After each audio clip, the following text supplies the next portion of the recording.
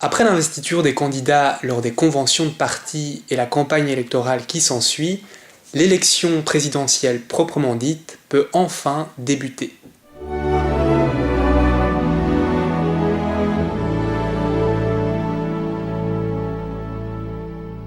Une nouvelle fois, le processus sera indirect.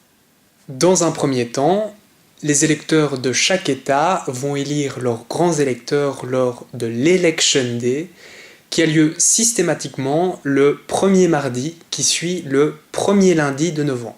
Ces grands électeurs sont en fait des représentants des candidats et sont sélectionnés au préalable par leur parti en récompense de bons et loyaux services. Leur nombre est égal à la somme des sénateurs et des représentants de chaque État, et il varie donc d'un État à l'autre. Concrètement, lors du vote populaire de l'Election Day, les électeurs de chaque État choisissent sur leur bulletin de vote un ticket présidentiel, c'est-à-dire le candidat à la présidence de leur choix et son colistier associé pour la vice-présidence. Au terme du vote, on comptabilise le nombre de voix. Dans tous les États sauf deux, le candidat qui a obtenu la majorité simple des voix remporte alors la totalité des grands électeurs de cet État. C'est le principe du « winner takes all ». Prenons l'exemple de l'État du Texas qui compte 38 grands électeurs. Si le candidat républicain remporte 55% des suffrages dans cet État, il n'obtiendra pas 55% du nombre de grands électeurs de cet État, soit ici 21 grands électeurs, mais la totalité, c'est-à-dire les 38. Ce système a pour conséquence que les candidats vont concentrer leurs efforts sur les États avec un nombre élevé de grands électeurs, c'est-à-dire les États fortement peuplés. La deuxième étape du scrutin a ensuite lieu en décembre. C'est le vote du collège électoral. À ce moment, les grands électeurs élus en novembre se rassemblent dans leur État respectif et se prononcent à leur tour par deux votes distincts pour le président et pour le vice-président. Dans les deux cas, le gagnant est alors celui qui remporte la majorité des grands électeurs, soit au minimum 270 sur les 538 que compte l'ensemble des États-Unis.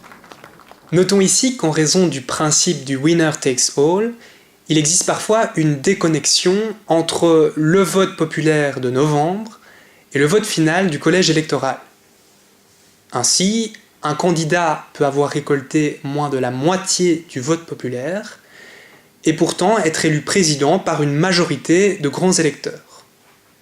C'est ce qui s'est par exemple produit en 2000 lorsque George W. Bush fut élu président par une majorité de 271 grands électeurs alors qu'il n'avait remporté que 49,7% des suffrages.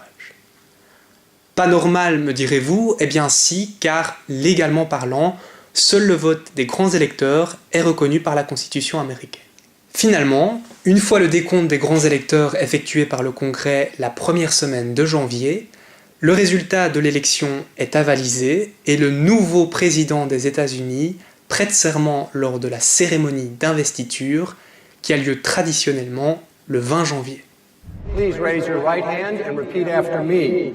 I, Barack Hussein Obama, do solemnly swear I, Barack Hussein Obama, do solemnly swear that I will faithfully execute that I will faithfully execute the office of President of the United States the office of President of the United States and will, to the best of my ability, and will, to the best of my ability, preserve, protect, and defend preserve, protect, and defend the Constitution of the United States. the Constitution of the United States. So help you God. So help me God. Congratulations, Mr. President.